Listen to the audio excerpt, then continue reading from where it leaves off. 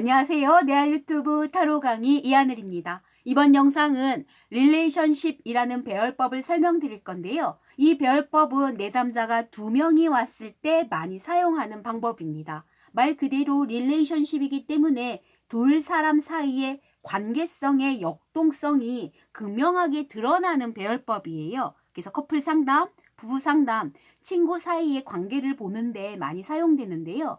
그렇지 않더라도 두 분의 내담자가 공통의 질문이 있을 때도 이 배열법을 사용합니다. 어떤 동업을 한다든지 어떤 취미 활동을 통해서 만났는데 어떤 계획을 한다든지 기타 여러 가지 둘 사이에 공통된 질문이 있을 거 아니에요. 그거를 이 내담자는 나는 이렇게 생각해 라고 얘기하고 있고 이 내담자는 나는 또 이렇게 생각해 라고 얘기할 수 있는 부분이 있어서 둘 사이에 서로 차이점이 있으면 문제가 불거질 수도 있고 그것 때문에 의견이 서로 충돌될 수도 있거든요. 그래서 미리 타로를 통해서 둘 사이의 인식체계가 어떤지를 알아보고 이해하고 그리고 가장 좋은 방법을 알아보는 구조라고 생각하시면 됩니다.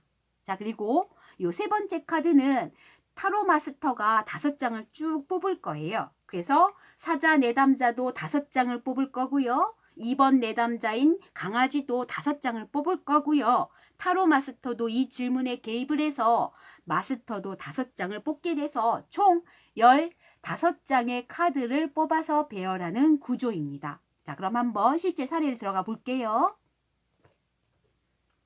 일단 2명의 내담자가 왔고요. 타로 마스터도 같은 방향성을 갖고 있다고 볼게요. 그리고 이 1이라는 숫자가 정방향으로 해석된다는 가정하에 시작해 봅니다. 2명이 왔으면 일단 질문을 들어봐야겠죠. 질문은 이렇습니다. 둘 사람이 연인인데 이 연애가 순탄하게 오래 지속될 수 있는지 그 질문을 하신 거예요. 그럼 그 질문을 받자마자 타로 마스터는 이거는 두 사람 사이의 관계성을 살피는 릴레이션십 배열법으로 해야겠다라고 미리 마음속에 구조화시킨 후에 두 손을 꼭 맞잡게 하는 게 포인트입니다. 그래서 두 사람은 15장의 카드가 다 뽑아질 때까지 이 두 손을 꼭 잡고 있어야 되는 거예요. 그리고 사자 내담자는 굳이 남자, 여자 성별을 가릴 필요는 없습니다. 1번 내담자는 왼손으로 가볍게 뽑으면 되는데 부득이 손을 맞잡고 있기 때문에 강아지 2번 내담자는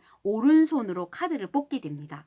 그리고 타로 마스터도 역시 왼손을 통해서 뽑아서 배열을 시키시면 되는 거예요. 자, 그럼 시작해 볼게요. 이 연애가 순탄하게 계속될지를 질문을 하시고 두 사람은 꼭 손을 맞잡은 상태에서 사자 내담자 1번 내담자는 카드 한 장을 뽑았겠죠. 그리고 맨 위에다가 배열하시면 돼요.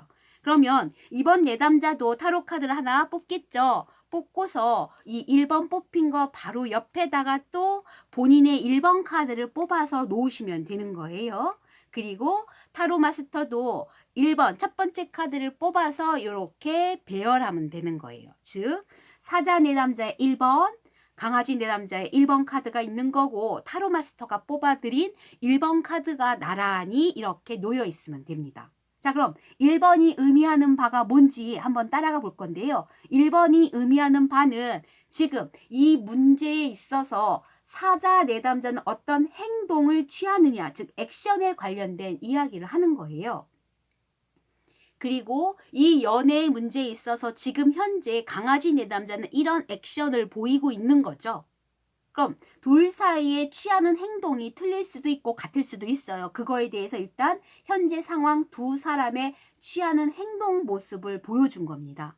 그리고 나서 3번 카드는 세 번째 카드 타로 마스터가 뽑은 이 카드는 바로 전지적 작가 시점이에요. 즉 두 사람 연애를 누군가가 제3자가 바라보고 있다면 그 둘은 이렇게 행동하고 있다라는 객관적인 시선으로서의 이야기를 타로 마스터가 뽑은 이 카드가 계속 설명하고 있는 겁니다. 자, 1번, 1번, 1번 이 카드는 전부 뭐다? 그렇죠. 지금 현재 그 질문에 해당하는 각자의 행동 모습이라고 보시면 되고 그걸 제3자가 바라보는 객관적인 시선으로서 너희 둘은 이런 액션을 취하고 있어 라고 얘기하는 액션에 관련된 이야기예요. 두 번째 카드를 뽑을 겁니다. 자, 자, 두 번째 카드도 역시 사자 내담자는 왼손으로 뽑아서 요 밑으로 내려놓는 거예요. 역시 강아지 내담자도 카드를 뽑아서 요 밑에다 내려놓는 겁니다. 타로 마스터도 역시 뽑아서 요 밑에다가 내려놓는 거예요. 그래서 두 번째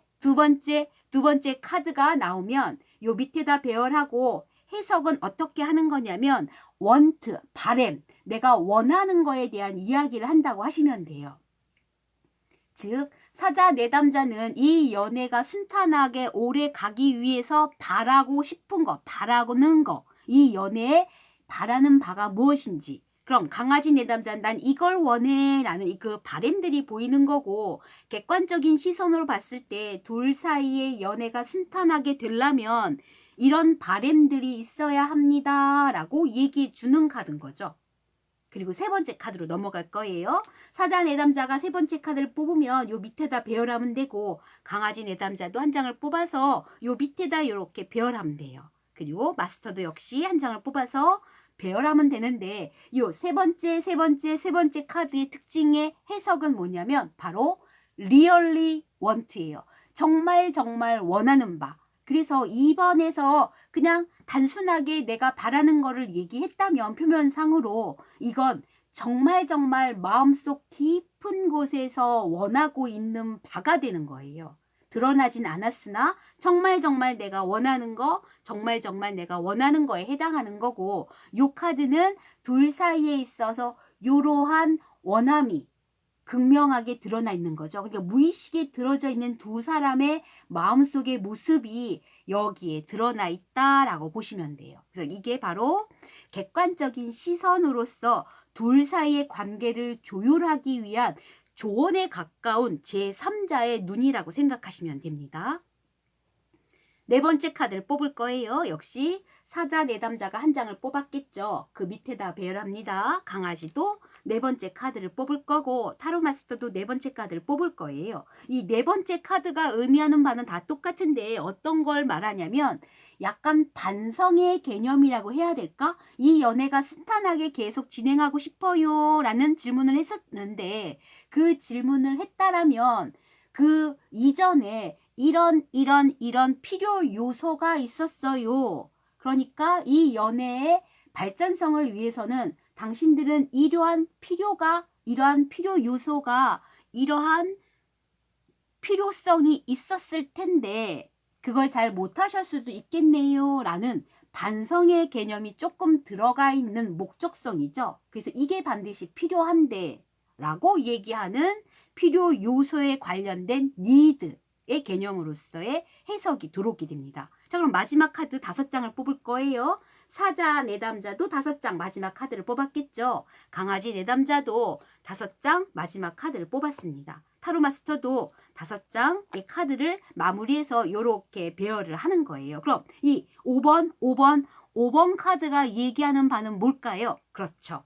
이게 가장 중요한 그 질문을 완성시키기 위해서는 어떠한 것이 필요한 요소인지를 알려주는 거예요. 그래서 이게 궁극적인 조언이라고 해당할 수가 있죠. 그래서 사자 내담자는 죽어도 이건 못하겠어도 이 순탄한 연애를 위해선 이거를 충족시켜야만 합니다 라고 얘기해야 될 필요성이 있는 거예요. 강아지 내담자도 요건 해봐야 하잖아요 라고, 이게 그 연애를 오래 순탄하게 끌고 갈 수 있는 필수 불가결의 충족 요건이다 라고 얘기해 주는 겁니다.